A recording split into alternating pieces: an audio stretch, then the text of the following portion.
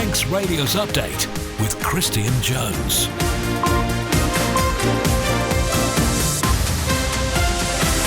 Faster my good afternoon. It's 5 o'clock on Wednesday the 6th of August. I'm Christian Jones and this is Update. Welcome into 30 minutes of all the latest news, sport and travel compiled from the resources of Manx Radio's newsroom. On the way tonight, lawyers representing the Summerland Campaign Group have challenged the Attorney General's decision not to grant a new inquest. The Isle of Man Medical Society's warned of worsening patient outcomes after a leaked Manx Care memo revealed potential cuts to elective surgery sessions, and 13 Manx landmarks are being considered for special protection. As always, do drop me a line if you want to say hello. Text WhatsApp to 166 177, email to studio@manxradio.com. First of all, though, let's head on over to Siobhan Fletcher, who has the latest news headlines. Faster my, Siobhan. Faster my. An investigation is underway after a heavy goods vehicle came to rest on its side on the Nobles Hospital estate this morning. It's been confirmed the driver of the vehicle received medical attention and is in a stable condition. The Isle of Man Medical Society has expressed deep concern over proposed reductions to elective surgery sessions, as revealed by Manx Radio yesterday. In an open letter, the Society warns that cuts could worsen waiting times and patient outcomes and highlights delays in meeting cancer targets. The law firm representing a campaign group says it will challenge the Attorney General's decision not to grant a new inquest into the Summerland fire. Phoenix Law, which represents Justice for Summerland, has written to Walter Wannenberg questioning his ruling. And work on the new Balthain roundabout is expected to get underway next year. The development will be done in phases and the road will become one way. During that time, people will be able to travel north from Castletown but will be diverted when driving south. Further afield, Vladimir Putin has met Donald Trump's special envoy just days before a US-imposed deadline for Russia to end the war in Ukraine. Sky's Russia correspondent Ivor Bennett says the White House will be viewing today's meeting with caution, though. The pair have always held long private meetings and they've always appeared to get on well. But make no mistake, the rhetoric from the White House in recent weeks has been in stark contrast to that. It's been very tough and harsh indeed, with Donald Trump sounding increasingly frustrated and exasperated. Meanwhile, Donald Trump has imposed an additional 25% tariff on India because it's still buying oil from Russia. No planes are taking off or landing at Birmingham Airport after a small aircraft had to make an emergency landing there this afternoon. And dozens of white doves have been released in Hiroshima, 80 years after the first atomic bomb was dropped on the Japanese city. They're your headlines. News at 6. Gurmai, thank you very much for that, Siobhan. Let's take a look at the weather now, brought to you by Manx Glass and Glazing. Bright or sunny intervals at first this afternoon, but clouds will gradually thicken and lower with rain overnight. Light or moderate southwest winds will gradually freshen with afternoon temperatures of around 18 degrees Celsius. Rain overnight will largely clear by the morning. Let's look ahead to tomorrow. Mostly dry with sunny intervals, just a small chance of an isolated shower. Fresh to strong southwest winds will slowly ease with afternoon temperatures of around 19 degrees Celsius. Manx Glass and Glazing can supply and install single, double and triple glazing. Call 674 573 or visit the showroom on the Snugborough Trading Estate. TE Carbon provide new memorial stones, grave renovations, new inscriptions and fire hearths. Visit us at Hope Street, Castletown or at Broadway, Douglas, or call 844 440. TE Carbon, here when you need us. At Bond Fabrics, we're not just a fabric shop. As well as curtains and upholstery and dress and costume fabrics, we've knitting and crocheting wools, made-to-measure curtain and blind service, plus poles and tracks. Visit Strand Street, Douglas, call 611856 or see bondfabrics.in. Most builders start with a hammer and saw. Manx Construction start with ideas and imagination. For new build, extension or home office, Manx Construction offer full service from planning to completion. Call Tony on 452 688. If you have children, pets or a house, talk to Peace of Mind about a will or power of attorney, which will help family members when it matters. Prices from $199 plus VAT. Find us on Facebook or call 632 610. You're listening to the Isle of Man's quintessential daily news and current affairs roundup. Update on Manx Radio. Well, it's approaching 5 minutes past 5. The law firm representing the Summerland Campaign Group says it will challenge the Attorney General's decision not to grant a new inquest into the tragedy which marked its 52nd anniversary last weekend.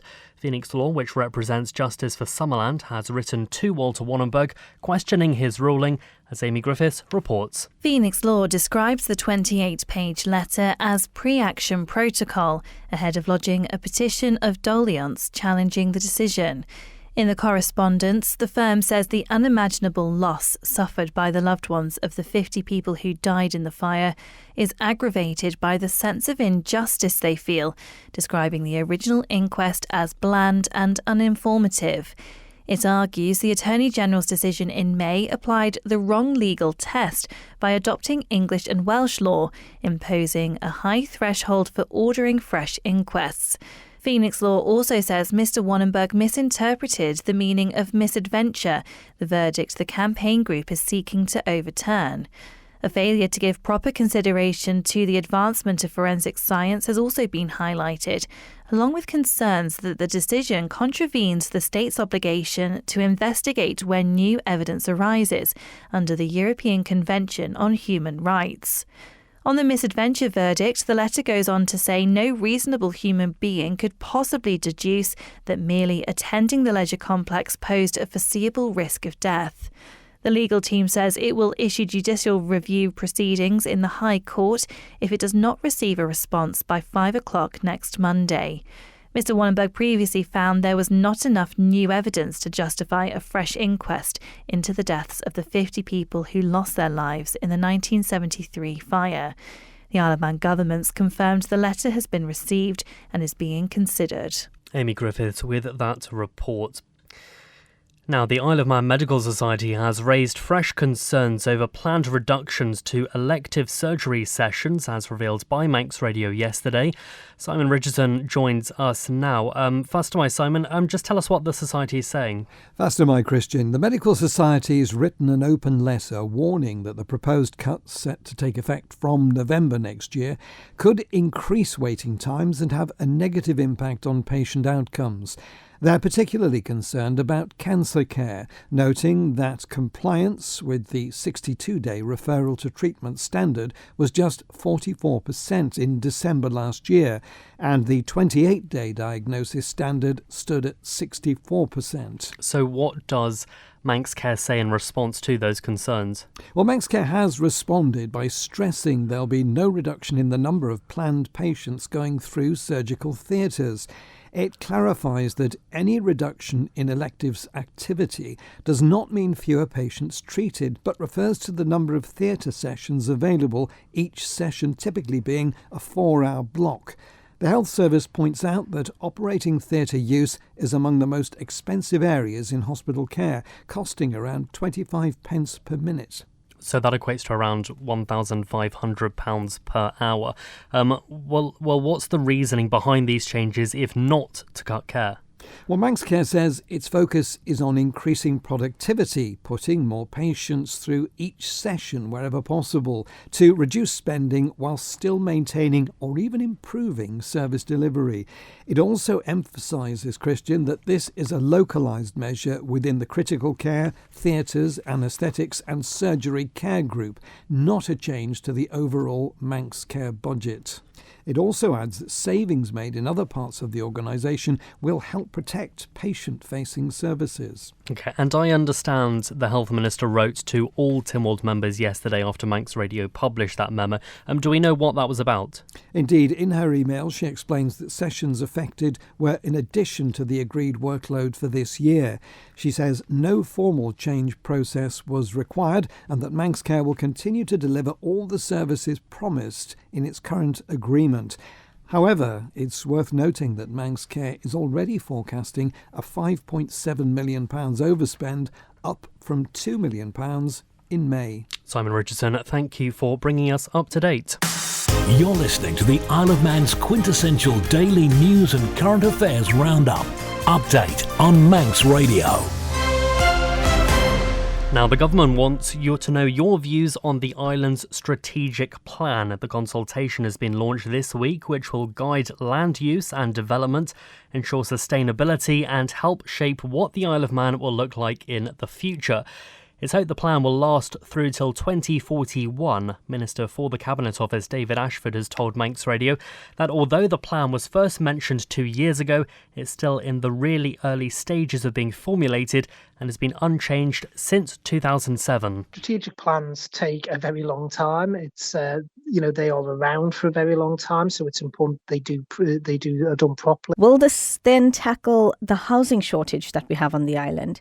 So part of that will feed in. So, for instance, our requirements for housing and what came out of the objective assessment for housing need will all feed into the strategic plan. The stage we're at now is actually putting out the formal documents. This is the opportunity for everyone to comment and everyone to become involved. Once you get the consultation results, how soon can we see everything moving forward? Yeah, so once the consultation is out of the way, after finished on the 27th of October, the timelines then start kicking in. There is actual legislative timelines that need to be followed in relation to the strategic plan, and we'd be looking to bring something forward for final approval in about 12 months' time. That would be around the time of the next election. How would we be able to ensure that, after the next elections, whoever is in cabinet at the time will be able to take this forward or will be taking this forward? Well, the island does need a strategic plan. It hasn't been updated since 2007. The strategic plan will be informed by the consultations and representations and also the strategic needs of the island. It will, of course, be for the next administration to decide if they ultimately wish to get the plan approved or not, or put it forward for approval, because it will overlap administrations. But it's important that we press ahead and we get this done. There's been enough delays as it is. I think it's important that we actually start moving on this now, even though it will cross administrations. That's the Cabinet Office Minister David Ashford speaking to Chanel Suku there. 12 minutes past 5, a French TT fan who crashed into a van after fleeing from police on the Isle of Man because he thought he was going to be hijacked has been fined £8,000. 31-year-old Florian Roux was visiting the island for the first time on the 26th of May when he was seen riding dangerously by an officer on an unmarked police motorcycle. Reporting now is Sean Cowper. Douglas Courthouse heard he claimed he thought he was going to be hijacked after being pulled over in Kirkmichael, so rode away to get somewhere safe before crashing. The court heard the traffic was travelling at about the speed limit of 50 miles per hour when Roux overtook up to 7 vehicles at high speed in one manoeuvre on the Cronkervoddy Strait. Another driver who was travelling on the road at the same time described the actions of the visitor, who wasn't wearing protective clothing, as extremely reckless. The Frenchman's riding was communicated to another officer further up the road, who signalled for Roux to stop as he entered Kirkmichael village. The court heard the visitor pulled over into the entrance of Station Road, but rather than follow the officer, he turned his machine back onto the main road to ride away. An officer on an unmarked bike shouted police at Roux and gestured with open palms for him to stop, but instead rode forward, crashing onto the police motorcycle. As the officer reached over to hit the kill switch on the visitor's machine, he sped off at high speed through the village. The court heard witnesses described him as travelling at a ridiculously dangerous speed through the 30-mile-per-hour zone, which was busy with traffic on what was a bank holiday. Roux crashed into the rear of a van on the exit of the village, leaving him lying face down in the road temporarily.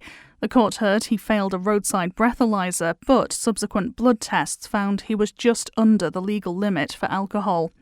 Roux argued he didn't speak fluent English and hadn't heard the officer on the unmarked bike shout police, so feared he was going to be hijacked. However, prosecutors said he'd ridden away from officers due to the risk of further criminality being discovered in the form of his alcohol consumption. Roux pleaded guilty to dangerous driving and failing to stop for police. Deemster Graham Cook also disqualified him from driving on Manx or UK roads for 2 years and banned him from returning to the island for 5. As well as the fine, he was ordered to pay £400 in compensation for the damage of the police motorcycle and £125 in prosecution costs. Manx Radio Travel, driven by Quayside Tyres and Service Centre. Well, there's a few things to be aware of. We'll start off on the roads. In Douglas, the traffic light system at St Ninian's Crossroads is being replaced, so temporary lights are currently replacing the main lights, and all filter lanes are out of operation until next Friday. That'll be in place. Also in Douglas, temporary lights on Woodbourne Road. That's for 24 hours a day at the Albany Road junction for bus stop improvement works. In Peel, Portan Road closed from Belig Bridge to install in cat size at 9:30 in the morning through till 3:30 weekdays. Traffic diverted via the St John's to Peel Road. Work is expected to take between a week to a week and a half. In Ramsey, temporary lights on the Bowring Road near Windsor Road and Coburg Road, 24 hours a day. Let's take a look at the steam packet now. The Manannan is running around 45 minutes behind schedule, leaving Douglas, but the 7:15 return looks like it's running to time though. Aside from that, all looking good. We'll nip on down to the airport. A few things to be aware of here if you are expecting to be heading off. We'll look at the arrivals board to start with though. The 3:10 Logan Air from Birmingham delayed until 7:45. That's due to an incident at Birmingham Airport. The 5:50 Logan Air from Manchester landing at 7:50. And also the 8:15 Logan Air from Liverpool not expected until 10:15. On the departures board, the 3:40 Manchester Logan Air delayed until 5:40, and the 6:20 Logan Air to Liverpool delayed by around 2 hours, not expected on the runway until about 8:15. Ask how you can spread the cost interest-free at Quayside. Hello, this is Andy Wint, and Dr. Allinson, the Treasury Minister's next on Men in Line. The government's told us plain and simple, times are tough. So as we approach the last year of this administration, what's the true state of the nation's finances? Will the Outlaw be increasing tax, constraining budgets, or even reducing the size of government? And will increasing the population and economic diversification get us out of this situation? Is it just us, or is everybody else trying to square a financial circle? What do you think? Talk to Treasury Minister Alex Allinson, MHK, tomorrow at midday on smart devices, on air, online, on Manx Radio. You're listening to the Isle of Man's quintessential daily news and current affairs roundup. Update on Manx Radio. 17 minutes past 5, a drop-in session was held yesterday afternoon for residents in Ballasalla to discuss new plans for the Balfane roundabout. It's been an issue since plans were put in place for a bypass to allow the new housing estate in the village to join the main road. It's also hoped this will remove the need for heavy wagons to go through Ballasalla. The Infrastructure Minister says she doesn't have an estimated cost to the project yet, but confirmed the total will include fees associated with removing coal tar waste. Chanel Suku has more details. Displays of a new road layout showed there would be 2 phases to the plans. Infrastructure Minister Michelle Hayward says the department is looking to start work next year and hopes it will take between 6 and 9 months to complete. It's a major project, and the sensible thing to do then is to present that information to the public so they can see what we've done. They can talk to the officers who've come up with the scheme and challenge what their assumptions were and how they've worked it through to get to where we think the answer should be now. It also means that they won't have any heavy wagons coming through there to access the Balfane estate, so that won't be routed through the village either. So this is a real big win. What then is the plan for the new roundabout? Do you have sort of like a provisional start date or completion date? The schemes are already designed, and that's what we're presenting to the public. We're anticipating that work should start there early next year. One of the ways that we're achieving that is that we're not using traffic lights across the site, but we are putting in a one-way traffic flow. So this will be the thing I think that perhaps causes the most disruption. There were mixed views from residents who attended the session. Even with the new housing scheme, they've not supplied extra doctor space, there's no extra schools. I mean, it might be harmful for traders in the village, but having 30-tonne lorries come through here regularly is not good. A couple of business owners from the Balfane Industrial Estate were also in attendance at the meeting. These new roadworks to the roundabout are going to cause us considerable problems because just looking at some statistics I had from last month, July, we have about just under 2,000 vehicle movements between Athol Garage, Ballasalla to Ronaldsway Airport and back. So if these roadworks are going to go on 6 months, we've got a massive issue. I know there is access we could use, but the airport are refusing to open the gate. At the back of the airport, there's a gate there. And we have another gate at the bottom of our compound which holds over 200 cars. So we know that gate could be an easier access to us, but they're refusing to open it. 13 landmarks on the Isle of Man are being considered for special protection.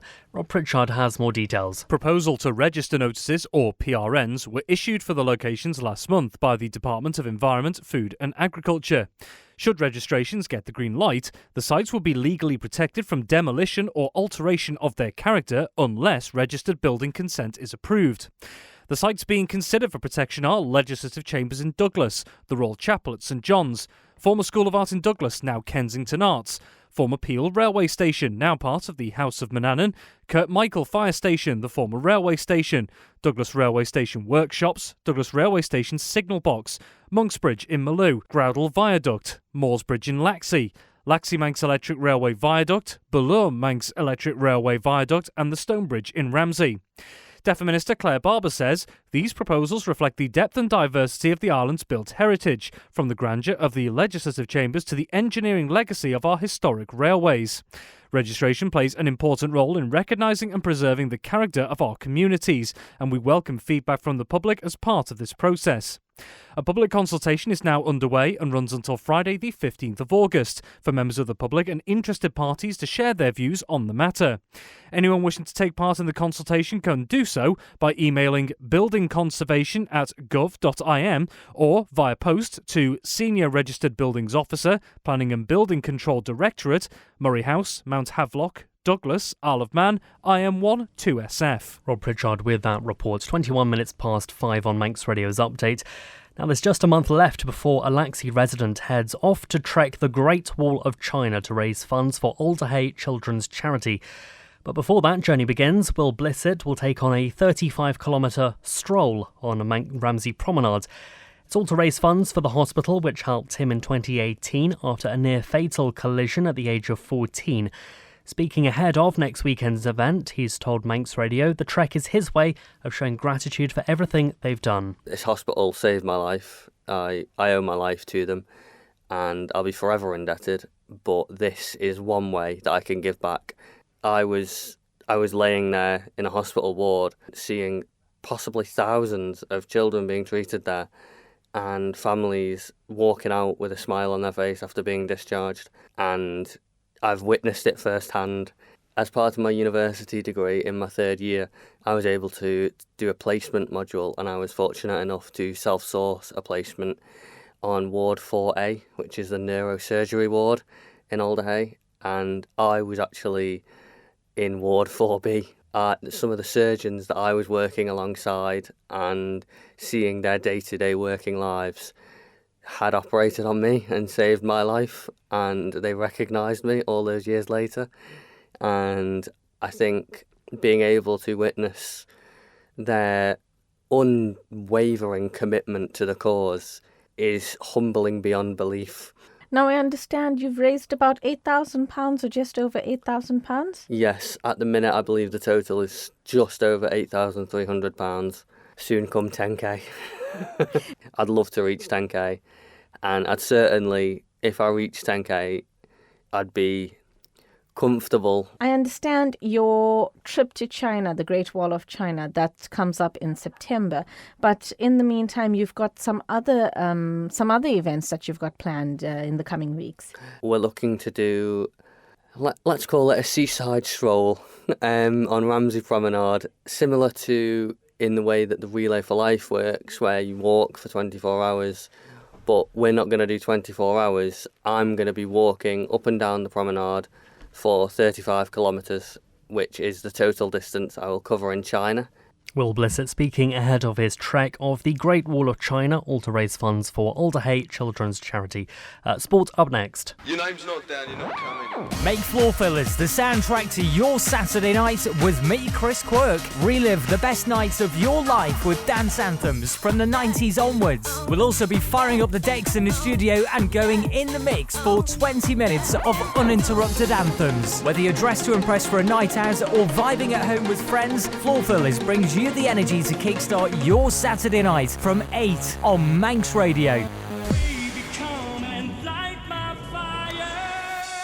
Thanks, Chris. Now, Isle of Man athlete Carla T says it would be a dream of hers to follow in her father's footsteps and represent the island at the Commonwealth Games in future. Having emerged as one of the island's biggest up-and-coming athletics talents, the Manx sprinter has also been telling Manx Radio about the challenges she overcame to take part in this year's Island Games in Orkney. Earlier this year, I got diagnosed with glandular fever, and it was just after I started my indoor season and I was in great fitness, and then suddenly I got told I couldn't run anymore and I got very ill with it, and I was out for about 3 months, and then I gradually got my fitness back up, and it was a big hurdle to take because I've never really struggled with injuries, and then ever since glandular fever I have had a lot of ups and downs because I still get illnesses. Every few weeks I can get ill if I go too hard, and yeah, it's been a tough year, but to be back at the Island Games was the ultimate goal this year. Yeah, so I was very, very pleased to be there. Do you have any long-term objectives in mind, or are you just taking it week by week, month by month? Definitely one of my main objectives is the Commonwealth Games, because my dad competed in the Commonwealth Games in the 400 metres, so I'd like to follow in his footsteps and also break the all-time island record for the women in the 100 metres, which is like 11.6 if I do say so correctly. But yeah, those are my two main goals. Got Glasgow coming up next year as well, so if the stars were to align and you could maybe get in contention for something like that, or even if it's a Commonwealth Games further down the line, what would that mean to you personally? Yeah, it would mean a lot because of my family's history in the sport, and even to just be there in the 100 metres is my all-time dream. It's something that we always talk about. Everyone always says we'd like to go to the Commonwealth Games, and it seems really far away in the moment, but hopefully over the next few years I can start taking down my time, which I definitely think is achievable. I've got the drive in me now after this Island Games. I can see I can do it, hopefully, but obviously it would mean so much to a lot of people, I think, if I got there. Carla Teese speaking to Rob Pritchard. You can listen to the full extended interview over at the Manx Radio Sportcast at manxradio.com. We'll stay with sport now, and we can say faster my to Rob Pritchard. Faster my Christian. Well, first up tonight, next month we'll see Isle of Man boxer Jamie Devine take up his next challenge in the professional ranks. It's been announced the Ireland competitor is due to be back in the ring on Saturday the 6th of September at Blackpool Winter Gardens. His opponent is yet to be announced. This will be a quick turnaround for Devine, whose last bout was on Saturday the 5th of July, where he earned a points victory over Engel Gomez at Bowlers Exhibition Centre in Manchester. Well, that result saw the Manxman extend his unbeaten record at pro level to 8 consecutive victories since making his professional debut in October 2023. Separately, fellow Isle of Man fighter Jay Burden is due to be back in action during the same event next month. The Grenade will face Commonwealth lightweight champion Kirsty Hill in a non-title bout, with Burden also hoping to extend her current unbeaten pro record, which stands at 2 wins in 2 fights. Elsewhere, Manx hockey player Sienna Dunn will captain the England women's under-21 team for an upcoming tournament next week. The former Valkyries competitor will take up the armband as the England squad takes part in a summer test series in Edegem in Belgium. The 10-day tour starting on Monday the 11th of August will see England face 5 matches in total. Well, previously, Dunn has also captained the England under-18 side, having entered the national team setup at the age of 16. A number of other major competitions are on the horizon for England, including the 2025 Junior World Cup in Chile in December. And finally, in cycling, Manxman Max Walker and Team EF Education Easy Post have finished just outside the top 20 on today's third stage of the Tour of Poland. Walker's teammate Colby Simmons managed the squad's highest individual finish of 21st. Good reminder. Thank you very much for that, Rob. Well, that is it for Update this evening. Thanks very much to newsreader Siobhan Fletcher. On the way for you, stick around. We've got Spotlight with Howard Kane up next. After that, Chris Kinley is here in the hot seat with Greatest Hits. Ernie Thorne will then be here from 9 o'clock. And then, of course, Dave Moore, last but not least, has After Hours from 10 o'clock. I'll be back with you tomorrow, same time. So until then, take care. Bye-bye for now.